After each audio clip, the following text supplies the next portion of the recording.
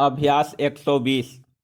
उपाध्यक्ष जी, यह विधेयक एक मासूम सा विधेयक है, इसलिए इसका स्वागत करते हुए इतना ही निवेदन करना चाहता हूं कि आज के दिन खेती में ऐसी दवाइयों की बहुत बड़ी आवश्यकता हो गई है और कोई दवाई गलत न दी जा सके, कोई उसमें गलत व्यापार न करे, उसके लिए उसका रजिस्ट्रेशन करना भी बहुत जरूरी है।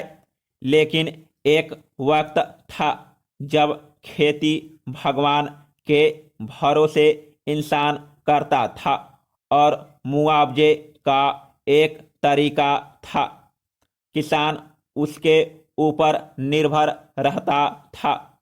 आज तो विज्ञान ने उसको एक तरह से इंडस्ट्री बना दिया और कहीं खेती में, कहीं दूसरी चीज़ों में इतना पैसा लगाना पड़ता है कि अगर एक फसल भी उसकी फेल हो जाए तो किसान को 2, 3, 4 साल के लिए मुश्किल हो जाती है।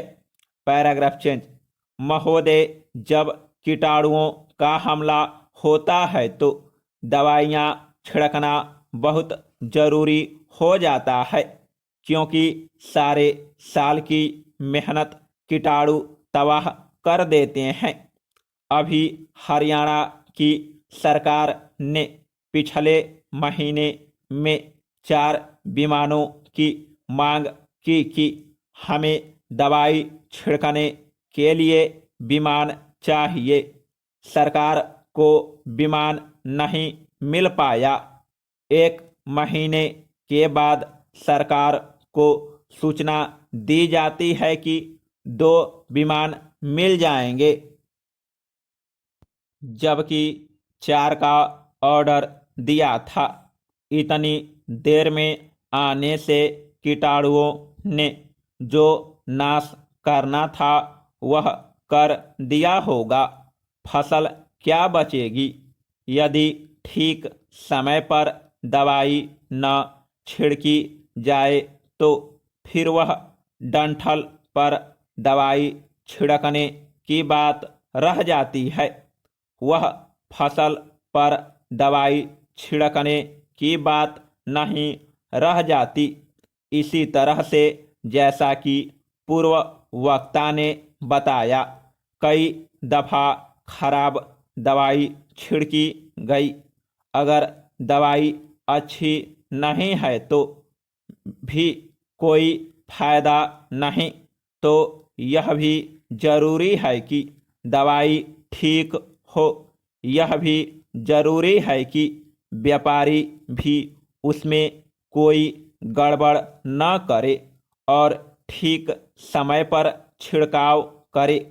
जहाँ तक हाथ से छिड़काव है या छोटी मशीन लगाकर छिड़काव करना है तो वह तो किसान अपने दम पर कर सकता है। अपने खेत में कोई बीमारी का मुकाबला करना है, कोई कीटाणुओं का मुकाबला करना है तो कर सकता है। लेकिन जब बीमारी सारे आसपास आस पड़ोस में हो तो वह तो सरकार का काम है। सरकार भी इसी तरह कर सकती है, जैसे विमानों के जरिए दवाई छिड़का दी। लेकिन वह ठीक समय पर अगर हो जाए तो अच्छी बात है। Paragraph change. उपसभा अध्यक्ष जी, मैं मंत्री जी से यह प्रार्थना करूंगा कि उन्होंने व्यापारियों, बेचने वालों और बनाने वालों के लिए रजिस्ट्रेशन की बात आवश्यक बतलाई है। वहाँ उसके साथ ही साथ मैं यह भी निवेदन करना चाहता हूं कि जब प्रदेश सरकार विमानों की मांग करे तो इसकी व्यवस्था केंद्रीय सरकार को जल्दी कर देनी चाहिए।